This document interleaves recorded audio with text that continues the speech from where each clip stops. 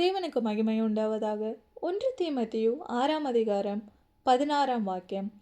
ஒருவராய் சாவாமை உள்ளவரும் சேரக்கூடாத ஒளியில் வாசம் பண்ணுகிறவரும் மனுஷரில் ஒருவரும் கண்டிராதவரும் காணக்கூடாதவருமாயிருக்கிறவர் அவருக்கே கனமும் நித்திய வல்லமையும் உண்டாயிருப்பதாக.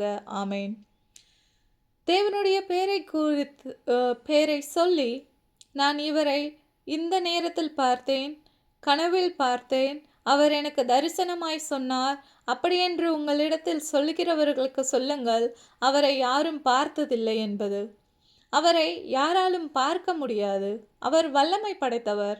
அதனால் இப்படி சொல்லி இந்த உலகம் முழுவதும் இருக்கிற அநேக தேவனுடைய பரிசுத்தவான்கள் என்று சொல்லி கொண்டிருக்கிறவர்களுக்கு நீங்கள் எச்சரிக்கையாயிருங்கள். அவர்கள் உண்மையான ஊழியக்காரர்களாய் பரிசுத்தவான்களாய் இருந்தால் அவர்கள் கட்டுக்கதைகளை சொல்லி உங்களை ஏமாற்ற மாட்டார்கள். நீங்கள் தேவனுடைய வாக்கியங்களை நீங்கள் வாசித்து உங்களை நீங்களே தகுதிப்படுத்தி கொள்ளுங்கள்.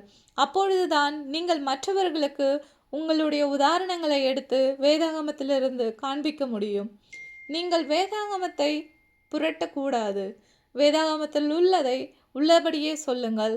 அது எப்பொழுதும் உங்களை காத்து வழிநடத்தும். தேவன் தாமே உங்களை ஆசீர்வதிப்பாராக.